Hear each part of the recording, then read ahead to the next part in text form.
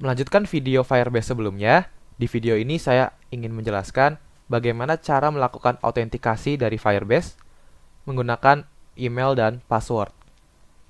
Langsung saja, teman-teman buka Firebase project-nya, lalu pergi ke bagian Authentication. Lalu klik Get Started. Nah, di dalamnya ada bagian Sign In Method. Untuk Sign In Providers-nya, teman-teman aktifkan bagian email password di bagian paling atas. Enable bagian pertama, lalu kemudian di Save. Pindah ke bagian Users yang di sebelah kiri. Ya, di sini adalah tabel yang menampilkan daftar user yang ada dalam Firebase Authentication. Di sini saya sudah menjalankan Laravel Development Server-nya. Silakan teman-teman jalankan terlebih dahulu. Di sini ada 4 buah route yang saya tambahkan. Ada register, login, logout, dan check. Di video sebelumnya, saya menggunakan baris ke-23 ini untuk melakukan CRUD. Di sini saya bisa melakukan komentar aja terhadap baris ini, karena saya hanya menggunakan baris yang nomor 22. Lalu ada 4 buah metode yang saya buat, ada sign up, sign in, sign out, dan juga user check. Semua source code ini dapat teman-teman lihat di repository saya di GitHub. Sudah saya update.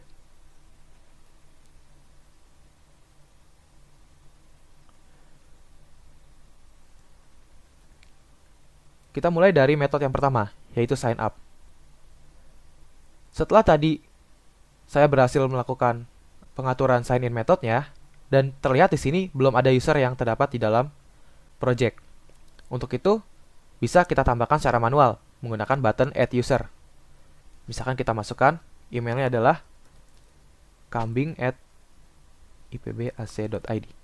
Passwordnya saya berikan kambing123. Ini hanya contoh aja. Teman-teman bisa berikan email dan passwordnya secara bebas. Kemudian saya tambahkan dengan menekan tombol add user. Nah, di sini sudah masuk satu buah record data, yaitu kambing ipbacid dengan user ID-nya F4AOM dan sekian.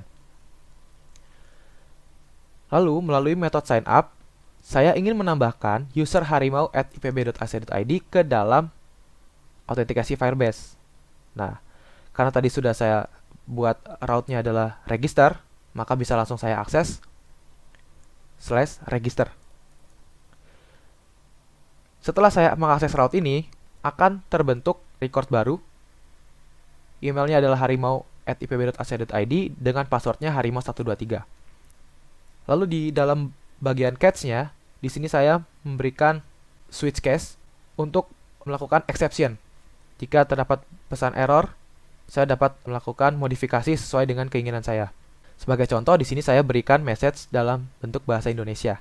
Oke, langsung saja saya coba akses /register. Nah, terlihat ini adalah isi dari variabel new user yang saya dumping. Kembali ke tab Firebase, dan saya akan lakukan reload page-nya. Seharusnya data harimau sudah berhasil dimasukkan.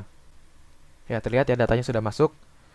Kemudian, metode berikutnya adalah sign in. Kalau tadi menggunakan create user with email and password untuk membuat user, maka sekarang menggunakan sign in with email and password.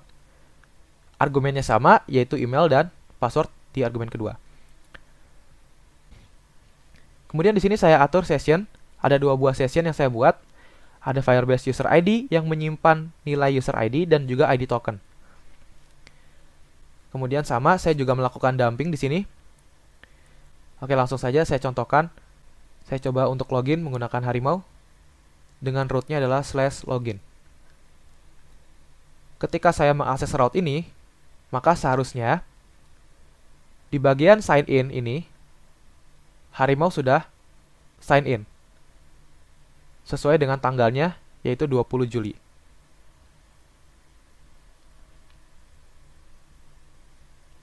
Nah, ini adalah isi dari variabel sign in result. Secara default, ID token ini akan expire dalam waktu 3600 second. Kemudian ada data array. Ini berisikan user ID-nya, kemudian email, ID token juga sama seperti yang di atas. Oke, kita hanya fokus saat ini pada Firebase user ID dan ID token. Karena ini nanti akan saya gunakan dalam metode sign out. User Harimau sudah berhasil login menggunakan metode sign in. Selanjutnya, saya ingin melakukan pengecekan. Jika pada penerapannya, nantinya user ingin mengakses halaman 1, halaman 2, 3, dan sebagainya, maka perlu dilakukan pengecekan apakah user tersebut sudah login atau belum. Nah, di sini saya buat metode namanya user check. Menggunakan blok try catch, metodenya adalah verify ID token. Argumen pertama diisikan dengan ID token, argumen kedua diisikan dengan check if revoked. Secara default, ini jika tidak diisikan nilainya adalah false. Nanti di akhir video saya akan tunjukkan di bagian dokumentasinya. Sekarang saya berikan nilainya dulu pada variabel ID token. Langsung saja copy paste dari browser.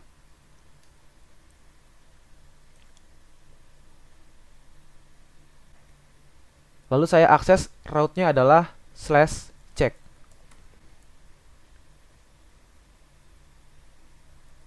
Oke, berhasil.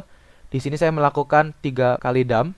Yang pertama dari variabel verified ID token, kemudian yang kedua saya mengambil nilai user ID-nya, dan yang ketiga saya melakukan pembacaan data user yang sudah login ini berdasarkan user ID yang berhasil diperoleh. Terlihat ini adalah data email Harimau. User ID-nya adalah C5W, persis dengan yang ada di dalam Firebase.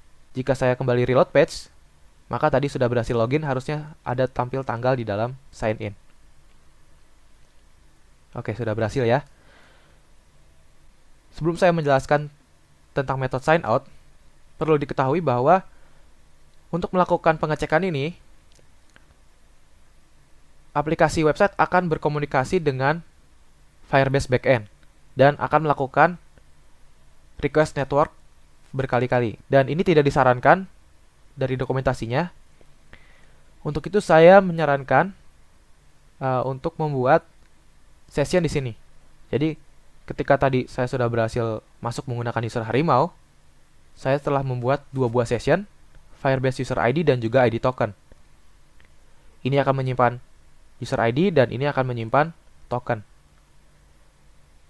Nah, selanjutnya di bagian sign out, nanti akan dicek apakah user ID-nya ada dan sessionnya juga ada. Jika keduanya ada, maka bisa langsung dilakukan revoke refresh token.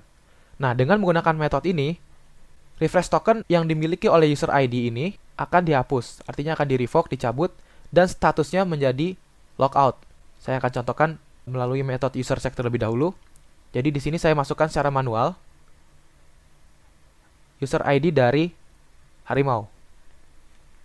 Ini adalah user ID-nya. Saya copy paste ke sini. Kembali saya akses /check. Terlihat ya, ini ada pesannya, the Firebase ID token has been revoked.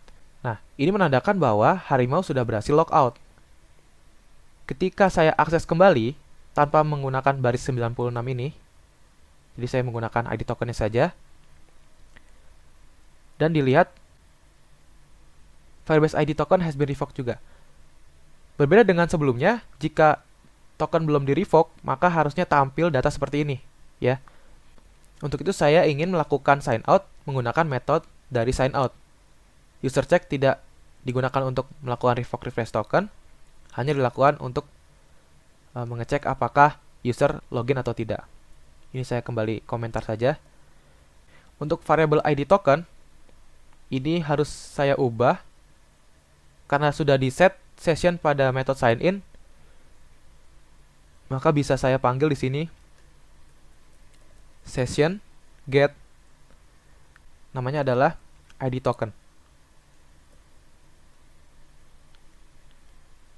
Nah, karena sudah saya atur untuk proses revoke-nya di dalam metode sign out, maka metode user check ini tidak perlu menggunakan try catch lagi.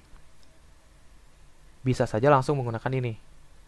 If session has Firebase user ID dan ID token, maka statusnya masih login, atau jika sudah tidak ada maka sudah logout.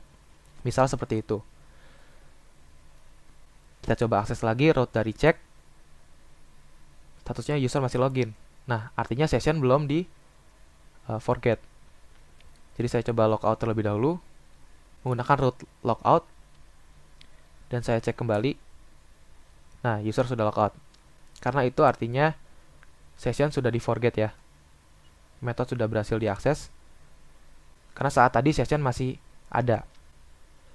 Saya coba kembali login menggunakan Harimau. Saya akses kembali route loginnya. Ya, tampil ID token yang berbeda. Nah, saat ini berarti session Firebase user ID dan ID token sudah berhasil ditambahkan. Ketika saya coba akses route dari cek, maka seharusnya akan tampil user masih login. Ini diperoleh berdasarkan pengecekan session, bukan lagi melakukan request terhadap Firebase backend. Oke, selanjutnya saya ingin melakukan logout dari user Harimau ini. Saya langsung saja mengakses route-nya /logout. Ketika saya akses kembali, user belum login, karena kedua session sudah tidak ada. Metode sign up sudah dijalankan, Harimau berhasil ditambahkan ke dalam autentikasi, lalu sign in juga sudah dijalankan, Harimau sudah berhasil login. Lalu untuk proses pengecekan user juga sudah dijalankan tadi berhasil, dan sign out pun berhasil. Selanjutnya saya ingin menjelaskan sedikit bagian dari metode yang tadi saya sudah gunakan dari dokumentasinya. Untuk melakukan inisialisasi autentikasi, yang pertama saya tadi menggunakan SDK dari $factory di chain method ke method createOut. Lalu untuk verify Firebase ID tokennya, saya menggunakan yaitu verify ID token.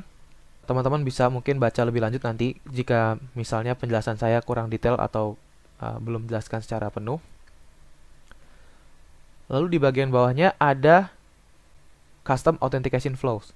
Di sini ada metode yang sudah disediakan dari Firebase SDK. Ada ID token, Firebase user ID. Nah, ini saya gunakan dalam metode sign in tadi untuk mengambil nilai user ID dan juga ID tokennya. Ada banyak metode sebetulnya untuk sign in, namun dalam video ini saya tunjukkan menggunakan metode sign in with email and password. Lalu di bagian invalidate user sessions, nah ini adalah metode yang saya gunakan tadi untuk melakukan logout.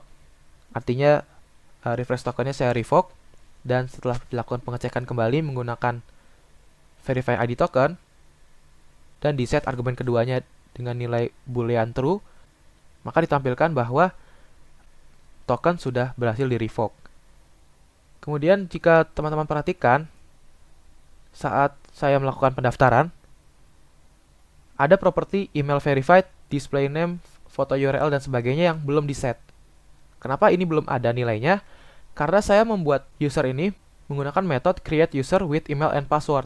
Teman-teman bisa eksplorasi lebih jauh. Di bagian dokumentasi di sini ada user management.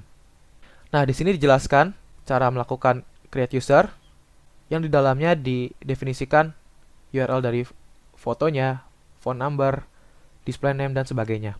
Di sini juga dijelaskan caranya mengganti user password, user email, disable dan lainnya. Mungkin di video berikutnya saya coba akan jelaskan. Namun di video ini bahasannya cukup hanya autentikasi dasar saja menggunakan email dan password. Semua metode ini sudah saya update, sudah saya masukkan ke dalam repositori saya, bisa dicek di repositori Larabase. Ya, agar teman-teman tidak perlu lama dalam menuliskan kode programnya, bisa teman-teman langsung saja nanti copy paste kode controller ini ke project Laravel teman-teman. Link repositori dan dokumentasi nanti saya cantumkan di deskripsi. Oke, mungkin videonya cukup sampai di sini. Jika di antara teman-teman masih ada yang belum paham, atau mungkin penjelasan saya kurang detail, teman-teman bisa tanyakan melalui komentar atau kontak saya melalui sosial media saya. Nanti linknya juga saya cantumkan di deskripsi video. Semoga video ini bermanfaat. Terima kasih. Sampai jumpa di video tutorial selanjutnya.